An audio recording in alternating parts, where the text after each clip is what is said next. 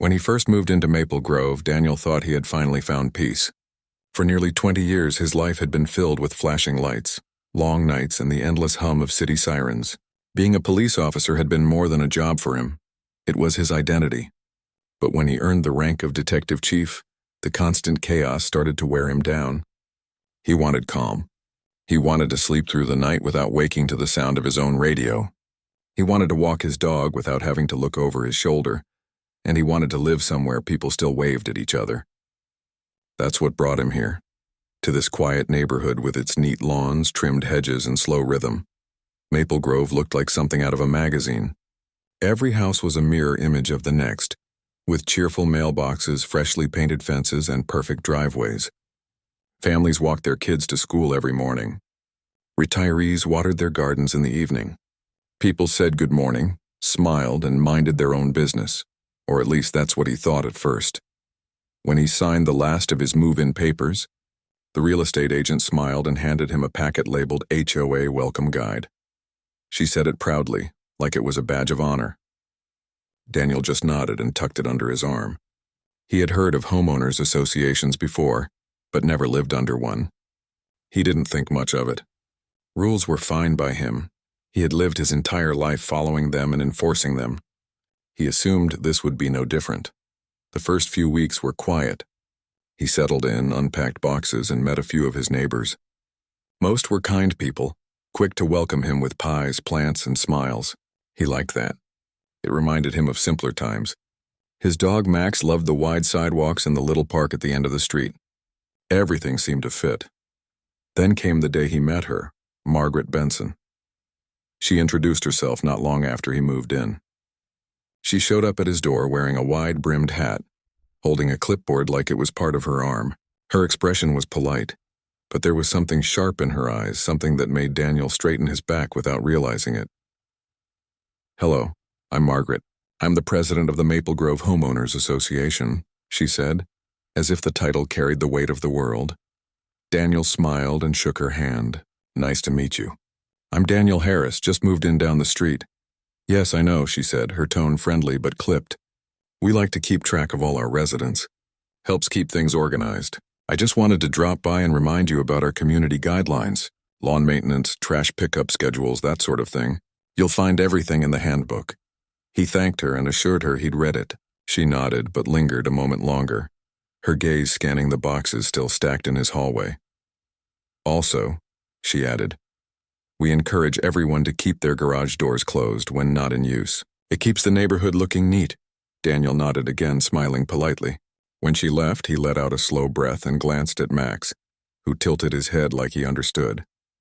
"Well, buddy," Daniel said, "I think we just met the neighborhood watchdog." Over the next few weeks, Daniel learned that Margaret wasn't just the HOA president. She was the self-appointed guardian of Maple Grove's perfection. She walked the streets every morning with that clipboard, making notes about whose grass looked too long or whose mailbox needed a fresh coat of paint. If a car was parked too long on the street, she would knock on the door and remind the owner about community standards. At first, Daniel didn't pay much attention. Every neighborhood had someone like her, someone who needed control, who felt more important when enforcing tiny rules. He let her be, but he couldn't help noticing the way people reacted when she passed. Curtains twitched. Conversation stopped. A few neighbors gave polite smiles that didn't reach their eyes. It was clear she wasn't loved. One sunny afternoon, Daniel was cleaning out his garage when the idea came to him. He had boxes full of old furniture, tools he didn't need anymore, and a lifetime's worth of police memorabilia, old radios, framed certificates, and even a few antique items he had collected over the years. He thought it would be nice to host a small yard sale, meet a few more neighbors, and maybe make some space in his garage. He took his time organizing everything neatly. It wasn't about the money. He just liked the idea of people finding new homes for things he no longer needed. A few kids passing by stopped to ask if he'd be selling any toys, and he laughed, telling them to bring their parents. By the weekend, he had printed a few simple flyers, just black and white copies with community yard sale, Saturday at 9 a.m., and his address. He left them on mailboxes and pinned one to the community board near the park. That evening, as he walked back home, He saw Margaret standing near the board, staring at his flyer. She removed her sunglasses slowly and turned toward him. "Daniel," she said, her voice calm but firm, "I noticed your flyer." He smiled. "Yes, I'm planning a little yard sale this weekend. Just clearing out some old stuff." Her lips pressed together. "I see. Unfortunately, our HOA guidelines require prior approval for public events. Did you submit a request?" He blinked, a little surprised. "I didn't think I needed to. It's just a small yard sale on my driveway." "Nothing major," she sighed as if explaining something to a child. "Even small events can cause disruptions, traffic, noise, clutter. We try to keep the neighborhood peaceful and orderly. I'm afraid you'll have to cancel unless it's approved." Daniel studied her for a moment, trying to decide if she was serious. "I read the HOA handbook," he said. "It mentioned restrictions on large gatherings, but private yard sales are allowed as long as they don't block the street or disturb neighbors." Her expression tightened. "That rule is open to interpretation," she said. "And as HOA president, I interpret it strictly." "I'm sure you understand," he didn't argue. Years in law enforcement had taught him that some battles weren't worth fighting. Instead, he gave a polite nod. "I appreciate the information, Margaret. I'll double-check the rules." "Please do," she said, giving him a pointed look before walking away. That night, Daniel did exactly that. He sat at his kitchen table, opened the HOA booklet, and read every line. There it was, plain as day. Private yard or garage sales are permitted provided they do not cause obstruction or excessive disturbance. He smiled to himself. He wasn't one to break rules, but he wasn't going to be bullied either. Saturday morning came bright and clear. The sun was warm, the air was soft, and the street was calm. Daniel set up a few tables in his driveway with neat rows of items. Old lamps, books, framed photos, a few household tools. His police memorabilia sat off to the side, badges, empty cases, and plaques from years of service. Neighbors started arriving, curious and cheerful. Kids darted between tables, couples browsed, and a few people brought coffee and chatted in the driveway. It felt nice, normal. Daniel laughed with them, answered questions, and told stories about some of the items. Everything was perfect until he saw her. Margaret came marching down the sidewalk like a soldier on patrol. Clipboard in hand, sunglasses on, lips tight. She stopped at the edge of his driveway, scanning the tables like she was inspecting evidence. "Good morning, Margaret," Daniel said, keeping his tone friendly. She didn't respond right away. Instead, she began jotting notes on her clipboard. "I see you decided to proceed without authorization," she said finally. He smiled lightly. "I checked the rules again. It's permitted as long as I'm not causing a disturbance, and I think everyone's having a nice time." She looked around. "There's too much traffic," she said, gesturing at the cars parked along the curb. "And those children are running across the lawns. This is unacceptable." Daniel turned toward the families, laughing and browsing. "It's a Saturday morning, Margaret. They're just enjoying themselves," she huffed. "You're setting a bad example for the community. If everyone ignored the rules, we'd have chaos." "I'm not ignoring them," he said calmly. "I'm following them." Her jaw clenched. "We'll see about that." She took a few more photos with her phone, scribbled something on her clipboard, and marched away without another word. The rest of the day went on without trouble, but Daniel couldn't shake the feeling that she wasn't finished. He had dealt with people like her before, people who needed control, who felt powerful only when others bent to their will. He had met them in uniforms, in offices, and behind counters. The difference was, in this quiet neighborhood, he wasn't wearing his badge. She had no idea who she was dealing with. That evening, after everyone had gone and he was packing up, one of the neighbors, an older man named Henry, walked over. He chuckled and said quietly, "You gave Margaret a heart attack today. She's been running the HOA like a queen for years. Nobody ever stands up to her." Daniel smiled. "I didn't stand up to anyone. I just followed the rules," Henry laughed. "That's exactly why she hates it. She can't stand when people know the rules better than she does." They talked for a few minutes, sharing small stories about her. Apparently, Margaret had fined people for leaving trash cans out too long, for planting flowers not on the approved list, even for having curtains that weren't neutral colored. It all sounded ridiculous to Daniel, but it made sense now why everyone seemed so cautious around her. The next morning, the neighborhood was back to normal, or so he thought. Around 10 o'clock, Daniel was in his backyard with Max when he heard the low hum of engines. He walked around to the front and froze. Two police cruisers were parked in front of his house. For a split second, his instincts kicked in, the kind that never really leaves someone who's been in law enforcement for years. Then he saw the officers stepping out, and his expression softened. He recognized one of them, Officer Lee, a man he had mentored years ago when he was still in the city precinct.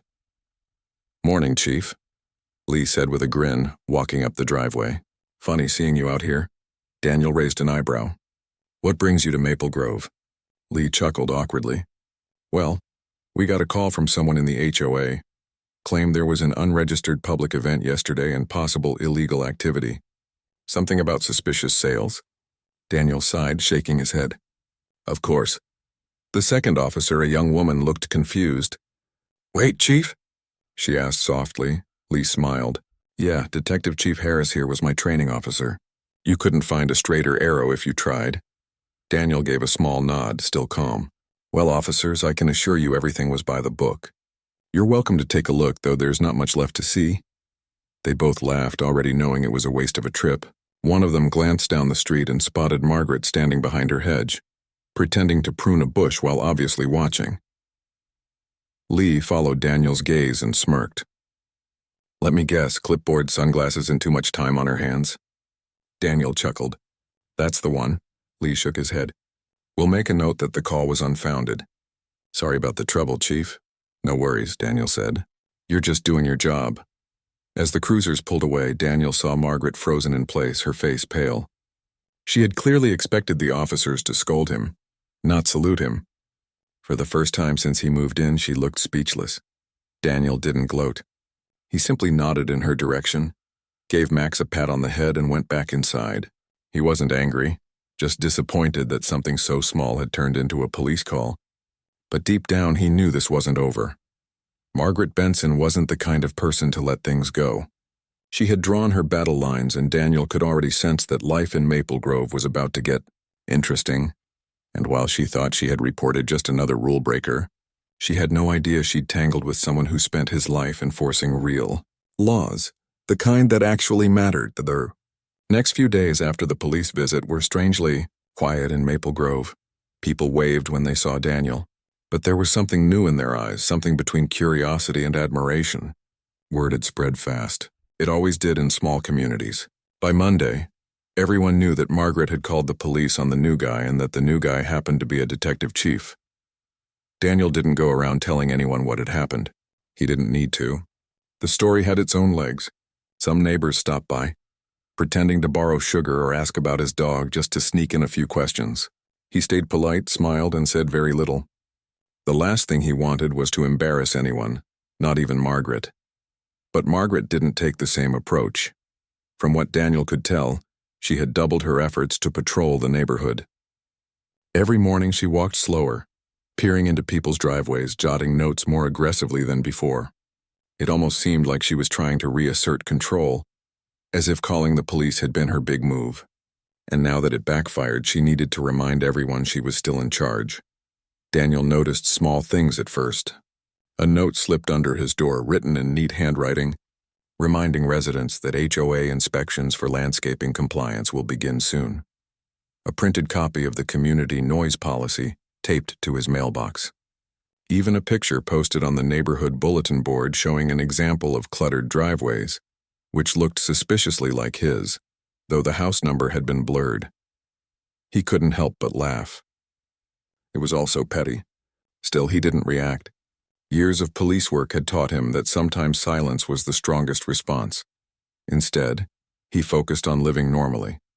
He went to work at the precinct, handled his usual pile of reports, and came home to Max wagging his tail at the door. In the evenings, he worked in the yard fixing small things around the house, chatting with neighbors who passed by. But the tension was there, like an invisible current under the calm surface. One evening, while Daniel was trimming his hedges, a neighbor named Laura walked over. She was in her mid-40s, warm smile, and the kind of person who always baked too many cookies and gave them away just to make people happy. "Hey, Daniel," she said softly. "Can I talk to you for a second?" "Of course," he said, wiping his hands on a towel. She glanced around nervously before speaking. "I just wanted to say we all heard what happened. I think it's awful what Margaret did. You didn't deserve that. Daniel gave a small smile. I appreciate that, but it's fine. No harm done. She shook her head. It's not fine. She's been like this for years. She thinks running the HOA gives her power over everyone. We've all complained, but she always finds a way to shut us down. You wouldn't believe how many people she's fined for silly things. Daniel didn't want to encourage gossip, but he could see how much it had been bothering her. Well, he said gently, maybe it's time the community spoke up. It's your neighborhood too. Laura hesitated, biting her lip. That's the thing, everyone's afraid. She knows all the rules better than anyone. She uses them against people. Last year, she threatened to take legal action against a couple because they repainted their shutters without permission. It's exhausting. Daniel listened quietly. He'd dealt with bullies before at every level of life. Sometimes they wore badges. Sometimes they wore business suits. Sometimes they just carried clipboards. The behavior was always the same. A need for control. A fear of losing it. After Laura left, Daniel stood on his porch watching the sunset. He wasn't angry, just thoughtful. He had moved here to rest, not to start battles.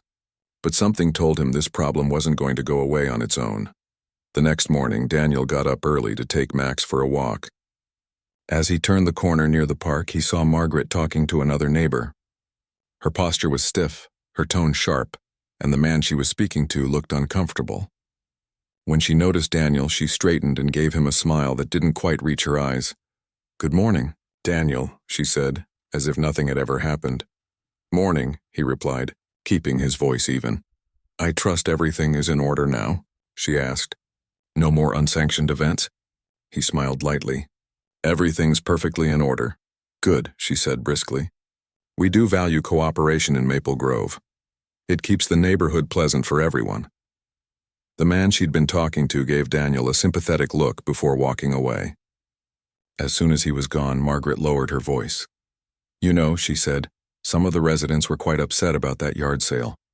They felt it was disruptive. Daniel tilted his head. Really? Everyone who came seemed to enjoy it. Well, she said quickly, some people prefer peace and quiet. And as HOA president, it's my responsibility to maintain that balance. I understand, Daniel said calmly. But Margaret calling the police wasn't necessary. If you had concerns, you could have talked to me directly. Her jaw tightened. I did talk to you. You ignored my warning. He held her gaze for a moment, then nodded slowly. You did warn me, but I also followed the written policy. I don't break rules. For a second, something flickered in her eyes. Frustration, maybe even embarrassment. But she masked it quickly. Just keep that in mind going forward, she said. Turning to leave, Daniel watched her walk away, wondering how someone could care so much about things that didn't matter. Later that week, the neighborhood group chat lit up. Margaret had posted a long message reminding everyone about proper decorum and respecting community guidelines. Though she didn't mention Daniel by name, the timing was obvious. The message went on for several paragraphs, warning about future violations and strict enforcement of policy. Within minutes, people started responding privately to Daniel. Messages popped up from neighbors he barely knew. She's at it again. Don't let her get to you. Finally, someone stood up to her. Thank you. He replied politely to a few but didn't feed the fire. He had no interest in turning this into a feud. But the neighborhood was clearly growing restless. The following Saturday, Daniel decided to host a small barbecue in his backyard. Nothing fancy, just burgers, music, and good company. He invited a few neighbors, keeping it casual. Bring your own chairs, he said with a grin. By early evening, his yard was full of laughter and chatter. Kids played with Max. The smell of grilled food filled the air. And people who had lived next to each other for years were actually talking like friends. It was everything Daniel had hoped to find in this community. Of course, it didn't last long before Margaret appeared. She came through the side gate without knocking, holding her clipboard, dressed in a perfectly pressed shirt and slacks, like she was attending a meeting instead of a barbecue. I hope you have a permit for this, she said, scanning the crowd. Daniel turned from the grill, tongs in hand. It's just a few neighbors having dinner. You're welcome to join. Her eyes narrowed. This qualifies as a gathering. Gatherings over 10 people must be registered with the HOA. He looked around. There are 8 adults, 3 kids, and 1 dog. Unless Max counts as a person, I think we're safe. A few people chuckled quietly, but Daniel kept his tone kind. He wasn't mocking her, just trying to keep things light. Margaret's lips pressed together. "You're making a mockery of our rules." "Not at all," Daniel said. "I respect the rules. I just think we should use them with a little common sense." For a moment, she stood there fuming silently while everyone watched. Then, without another word, she turned on her heel and left. When she was gone, the neighbors relaxed again. Laura leaned over and whispered, "I think you just became a hero." Daniel laughed. "Let's not make me into one. I just wanted to make dinner." But deep down, he knew this was turning into something bigger. Margaret's need for control had turned into a personal mission, and now the entire neighborhood was watching. Over the next few days, things started to shift. More people began talking to Daniel. They'd stop him on walks at the store or even when he was washing his car. Each had a story. One man had been fined because his garbage bins were visible from the street for too long. A woman was told her curtains were too bright. Another had been warned about leaving a welcome mat that didn't match community colors. The more Daniel heard, the clearer it became. Margaret wasn't just enforcing rules, she was ruling through fear. One evening, he came home to find an envelope taped to his door. Inside was a printed notice of violation. It claimed that his backyard barbecue had exceeded the noise limit and that he owed a $50 fine to the HOA. Daniel stared at it for a long moment, then laughed softly. It wasn't anger, just disbelief. He took a picture of the letter, typed up a short message, and posted it in the neighborhood group chat. "Hi, everyone. I received this notice for last week's barbecue. Since it claims there was excessive noise, I'd like to apologize to anyone who was disturbed. Please let me know if you heard anything that evening. Thanks." Within minutes, replies flooded in. "Are you kidding? It was so quiet I thought you were hosting a book club. I live across the street, didn't hear a thing. She's lost it. This is getting ridiculous." Daniel didn't add anything else. He didn't need to. The neighbors were speaking for him now. The next day, Margaret posted a defensive message about maintaining standards and not tolerating disrespect toward the HOA. But this time, the responses weren't on her side.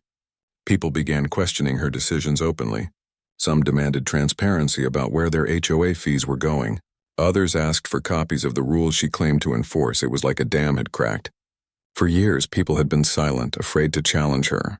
Now, thanks to one yard sale and one barbecue, they had finally found their voices. Daniel didn't gloat. He didn't want to be the center of attention, but he couldn't help feeling a quiet sense of satisfaction.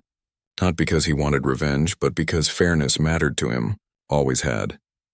A few days later, Daniel received another letter, this one different. It was a notice about an upcoming HOA meeting. Normally, those gatherings were dull affairs attended by a handful of residents. But something told him this one would be different. The message mentioned community concerns and recent incidents. When the day arrived, the small clubhouse was packed. Nearly every homeowner was there. Margaret sat at the front table, papers neatly stacked, expression tight but composed. Daniel sat quietly near the back, watching as the meeting began. Margaret cleared her throat.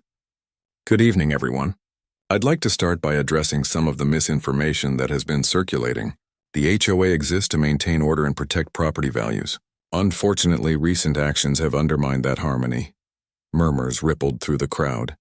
Someone whispered, "Here we go again."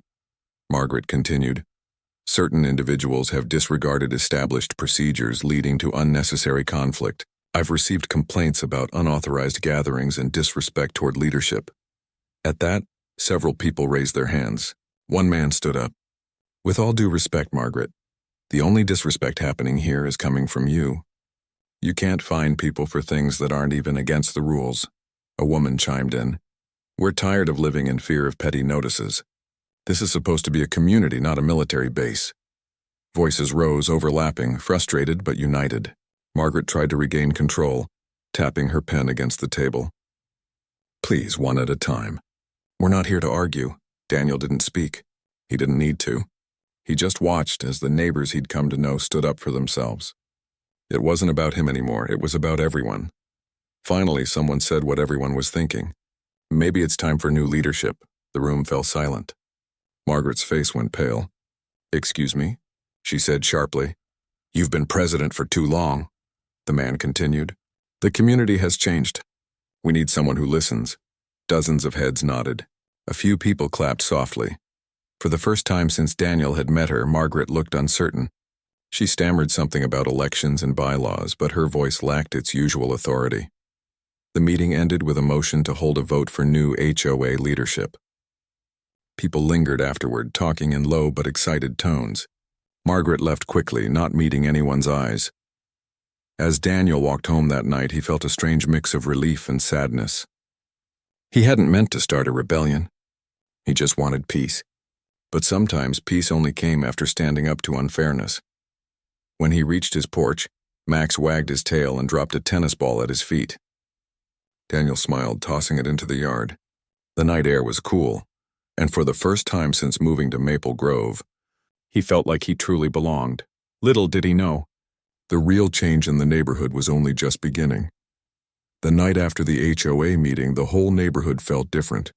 It wasn't loud or dramatic, but there was a quiet buzz in the air, like everyone could finally breathe again. For years, people had followed Margaret's rules out of fear of being fined or humiliated.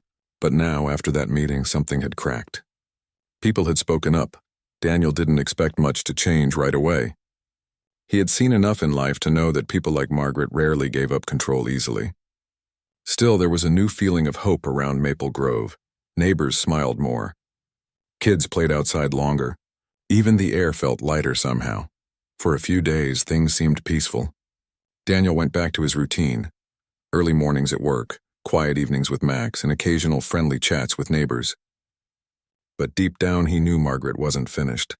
She had too much pride to let things end like that. His hunch proved right a few days later. It started with small things again. A letter slipped under his door, this time reminding him that fences needed to be exactly 4 feet tall and uniform in appearance. His was already within the rule, but the message was clear. Margaret was looking for something, anything, to catch him on. Then came another message about unauthorized decorations on his porch. It was just a small wooden sign that said "Welcome," something his sister had given him years ago. He smiled when he read it, shaking his head. The woman was relentless, but this time he didn't ignore it. Instead, he decided to respond.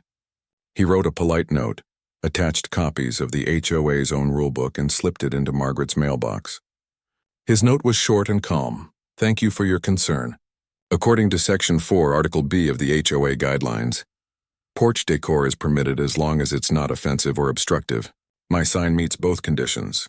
Have a good day." He signed it simply, Daniel Harris. The next day, he saw her walking her usual patrol, looking even stiffer than usual. When their eyes met, she gave him a thin smile but said nothing. He nodded politely and went back inside. Later that week, Daniel got home from work to find a few neighbors gathered in front of his house, talking quietly. When they saw him, they waved him over. "Hey, Daniel," one of them said. "Did you hear? Margaret's been going door to door asking people to sign a petition." He frowned. "A petition for what?" "To tighten HOA rules," the man said. "She says it's to preserve order after recent events. But everyone knows it's about you." Daniel sighed. He wasn't angry, just tired. He had seen this kind of thing before. When people lose control, they try to create more rules to get it back. He thanked them for the heads up and went inside. That evening, as he sat on his porch, he saw Margaret approaching. She walked slowly, holding her clipboard and a folder. When she reached his gate, she smiled politely. "Good evening, Daniel. I'm collecting signatures for a new HOA proposal. It's a simple update, just to ensure that all community events and gatherings are properly regulated in the future." "Would you like to sign?" Daniel looked at her calmly. "So you're making new rules because the old ones didn't work the way you wanted?" She hesitated, the faintest flicker of annoyance in her expression. "I'm simply ensuring consistency. It's for everyone's benefit, I see," he said. "And if I don't sign, then you're free not to. But I believe it would look better if all residents participated." He smiled. "That sounds an awful lot like pressure, Margaret." Her polite tone slipped for just a second. "It's called community responsibility." Daniel stood up slowly, not to intimidate her, but to make sure she knew he wasn't backing down. "Community responsibility means working with people, not against them." Her cheeks flushed slightly. "You may have convinced a few neighbors to complain, but the HOA is still under my authority. I suggest you remember that." Daniel's voice stayed calm. Authority doesn't mean control. It means accountability. For a moment, they just looked at each other. Then she turned sharply and walked away, heels clicking on the pavement. The next morning, Daniel found another letter. This one was different. It was official, stamped with the HOA seal. It accused him of intimidating a board member and creating division in the community. He almost laughed when he read it. The lengths she would go to were almost unbelievable. That evening, as he sat with Max on the porch, a group of neighbors stopped by. Laura was among them, holding a plate of cookies as usual. "Daniel," she said, "we're having a meeting tomorrow at my place. Some of us want to discuss what's been happening. We're tired of it." Daniel smiled.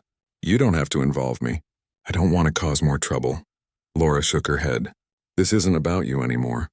It's about all of us." The next night, Daniel went to her house. There were about a dozen people there, more than he expected. They sat in the living room, talking quietly at first. Then the story started. One man had been fined for painting his fence a shade lighter than approved. Another woman was told her car was too old to be parked in the driveway. A young couple said Margaret had photographed their backyard without permission to check for violations. As Daniel listened, he realized how deep this problem ran.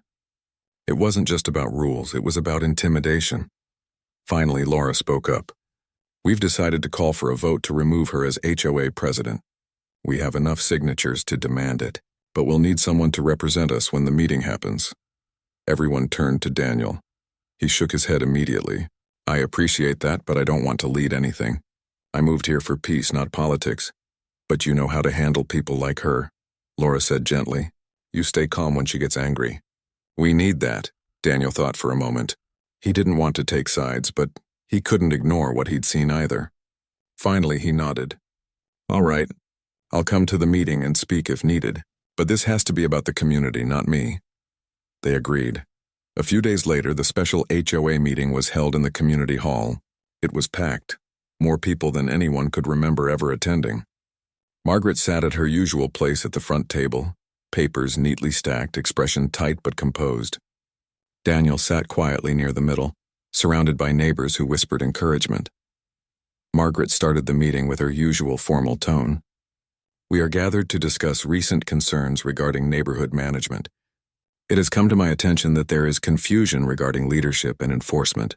Someone in the crowd interrupted. "There's no confusion, Margaret. We just don't trust you anymore." Murmurs filled the room.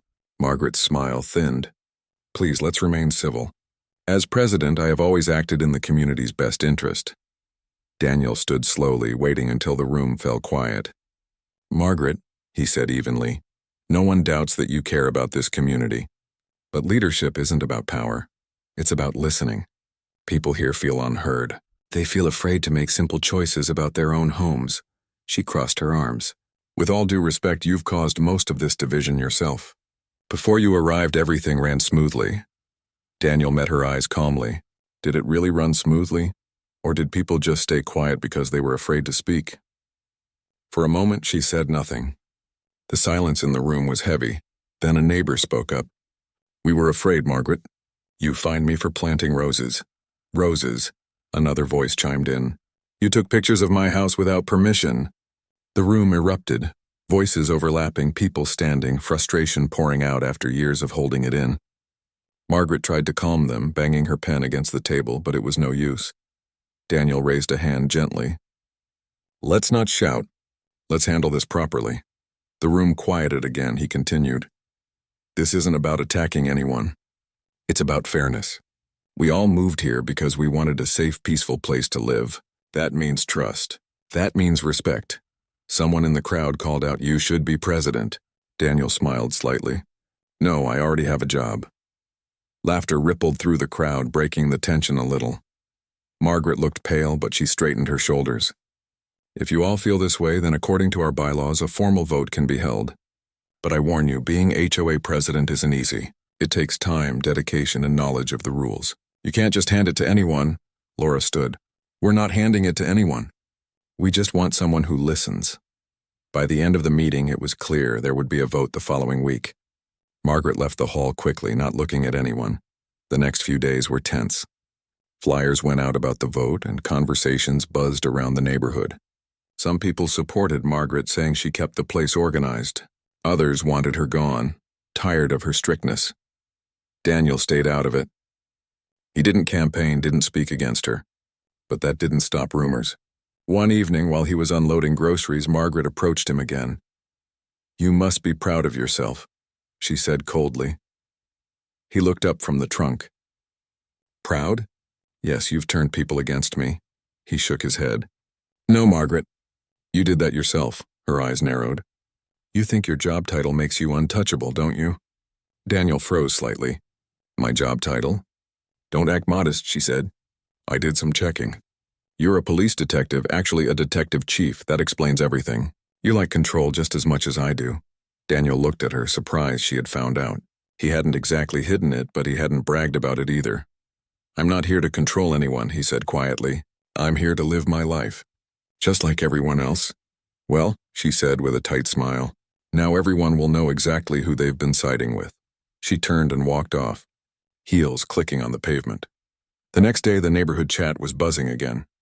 Someone had clearly spread the word. Daniel's full title, his years of service, everything. Messages ranged from admiration to surprise. "I knew he seemed calm for a reason. Wow, that explains a lot. Maybe that's why Margaret's afraid of him." Daniel didn't respond. He didn't like being the center of attention, but he wasn't ashamed either. He had earned every bit of his experience. Still, he didn't want people to think he was using his position to intimidate anyone. That evening, as he walked Max down the street, several neighbors stopped to thank him. "You stood up for all of us," one said. "You showed her she's not above the law," said another. He smiled humbly, shaking his head. "I didn't do much. You all just needed to speak up." The day of the vote arrived bright and sunny. The community hall was full again. Margaret looked composed, but there was tension in her eyes. The ballots were counted openly. When the final numbers were read, it was clear. Margaret had lost. There was no cheering, no gloating. Just a quiet murmur of relief. Margaret stood slowly, nodded stiffly, and said, "I see. Then I wish you all the best." She gathered her papers and left without another word. Daniel watched her go, feeling a mix of empathy and closure. He didn't hate her. He understood her. She had built her identity around control, and losing it must have felt like losing herself. After the meeting, people came up to him again, thanking him, offering to nominate him for the new board. He refused politely. "I'm better at keeping the peace than running meetings," he said with a smile. That night, he sat on his porch with Max, listening to the quiet hum of the neighborhood. Kids were laughing down the street, someone was grilling, and music floated softly from a backyard. For the first time since he moved in, Maple Grove felt like home. He looked at the stars and smiled. "See, Max? Sometimes you don't need to fight. You just need to stand your ground." Max wagged his tail, and the world finally felt calm again. The week after the HOA vote, the whole neighborhood felt as if someone had lifted a heavy blanket off it. People smiled more. Neighbors waved from their porches again. Kids rode bikes down the street without worried glances from their parents. It was subtle, but the air carried something lighter, something that hadn't been there for a long time. Daniel noticed it most in the small things. The couple who lived 2 houses down started planting flowers again. A retired man who used to stay inside most days was now sitting in his driveway, chatting with anyone who passed. Even the small community park, once almost always empty, began to fill up with people in the evenings. For the first time since moving there, Daniel could see what Maple Grove was supposed to be. A friendly, close-knit neighborhood where people actually looked out for each other. He wasn't a fan of attention, so when people came up to thank him again, he just smiled and said it wasn't his doing. "You all just needed to realize how strong you are together," he'd say. Still, he couldn't help but feel proud. Not for himself, but for them. For the way they had stood up and changed things peacefully. The new HOA president was a quiet, fair man named Harold. He wasn't flashy or loud. He just wanted everyone to get along. The first thing he did was call for an open meeting where anyone could suggest changes. Daniel didn't plan to attend, but Harold personally invited him, saying, "It would mean a lot if you'd be there." "People trust you," Daniel agreed. When the day came, the room was full again, but this time the mood was completely different. Instead of tension and whispered complaints, there was laughter, conversation, and a genuine sense of community. Harold began the meeting by thanking everyone. "This neighborhood belongs to all of us," he said. "The rules should make life easier, not harder, so tonight we're going to listen."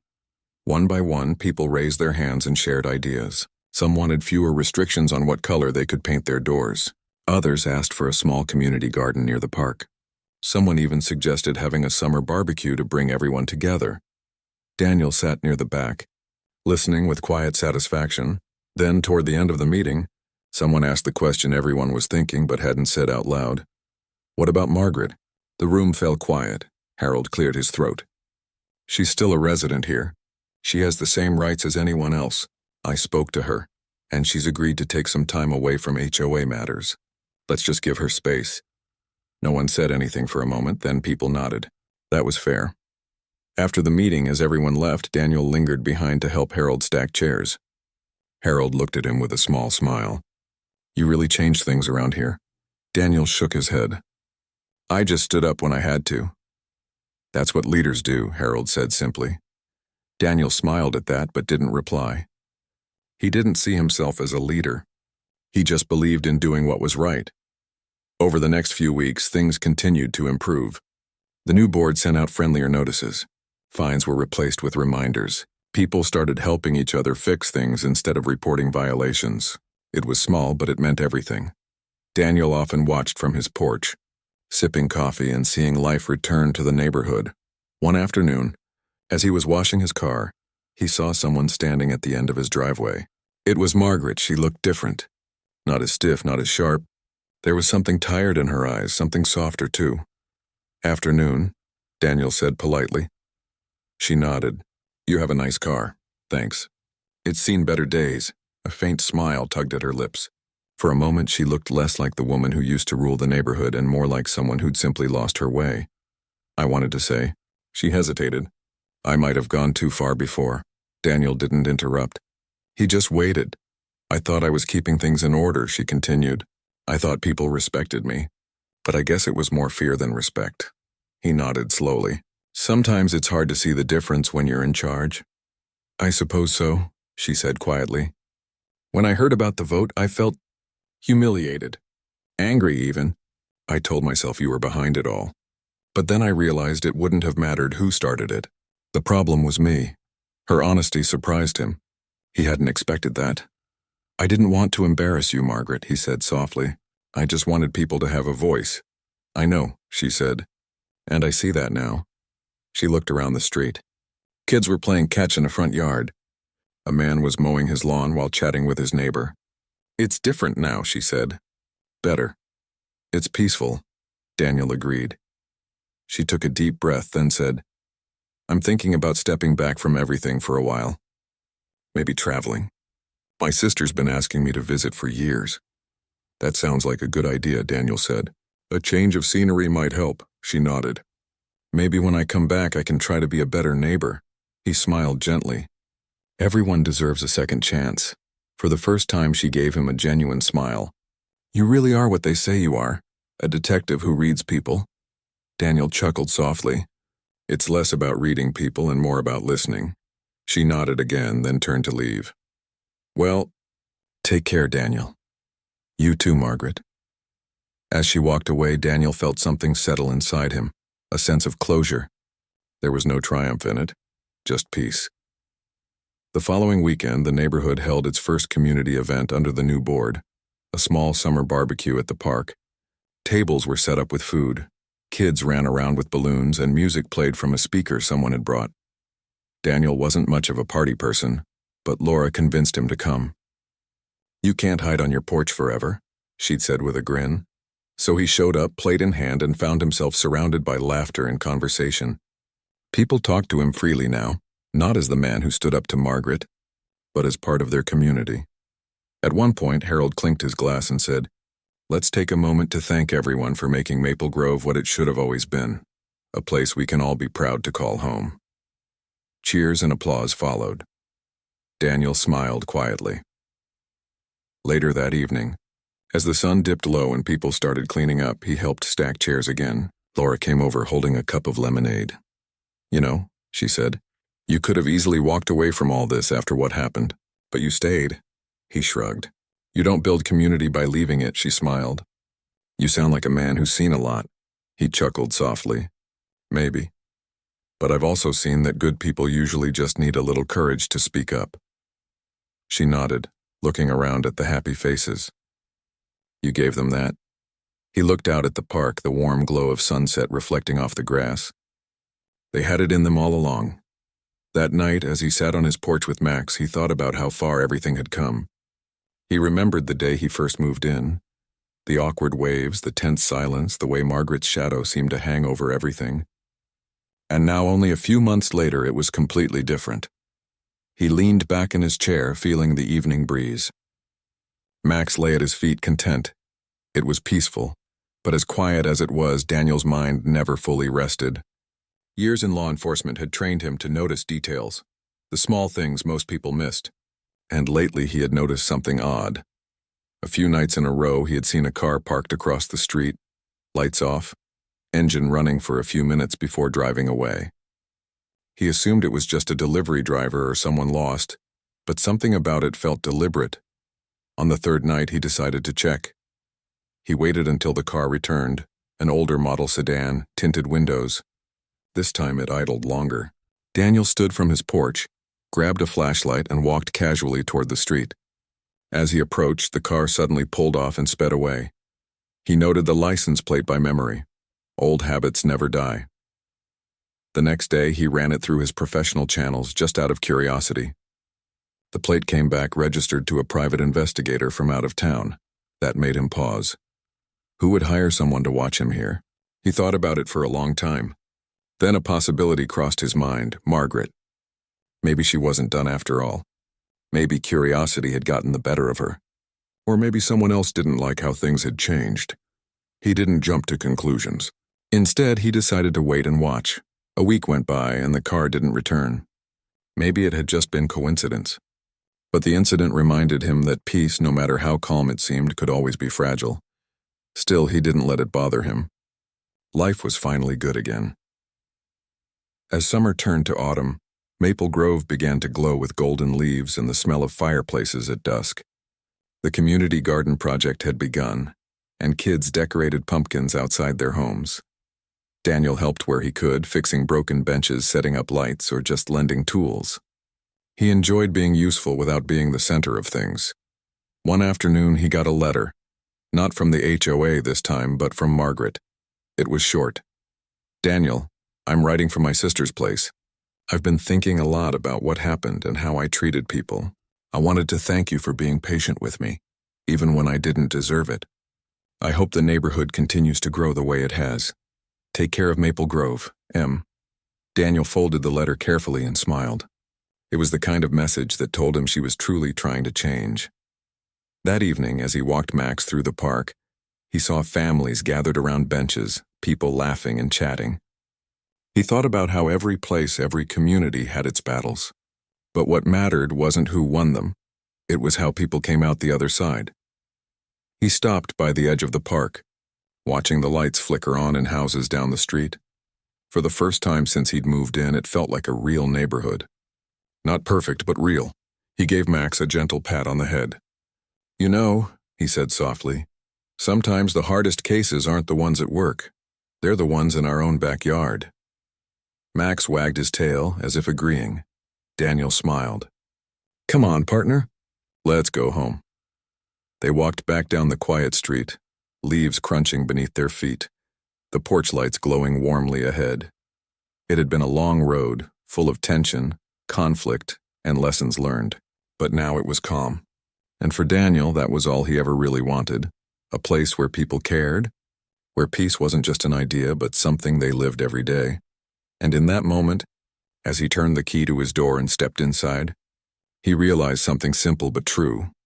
Sometimes the greatest victories aren't about proving someone wrong. They're about helping everyone, even the difficult ones, find their way back to being human. Autumn slowly turned to winter in Maple Grove, and with it came a kind of quiet beauty that Daniel had always loved.